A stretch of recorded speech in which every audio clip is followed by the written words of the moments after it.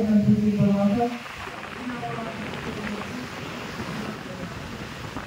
ముఖ్యమంత్రి కావడానికి ఎన్టీ రామారావు గారిని ఎన్నుకొని వస్తే 2024లో ముఖ్యమంత్రి కావడానికి 5 కోట్ల ఆంధ్ర రాష్ట్ర ప్రజలను ఎన్నుకొని వచ్చి ఈరోజు ముఖ్యమంత్రి అయినారు చంద్రబాబు నాయుడు గారు. పార్టీలో అందరినీ ఎన్నుకొని వచ్చినారు కాబట్టి జగన్మోహన్ రెడ్డి గారు కనెక్టివ్గా చేసుకొని చూస్తున్నాం.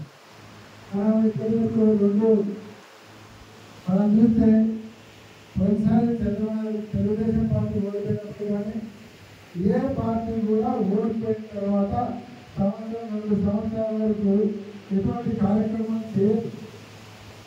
ఓడిపోయిన కానీ లేదంటే చూడాలి విధానంగా ప్రజలు మనం ఓడించాలి కదా, ప్రజల తరఫున మనమెందుకు ఇప్పుడు కొట్టాలి, మనమెందుకు కష్టపడాలని ఆలోచించకుండా మన పార్టీ ఓడిపోయిన 3వ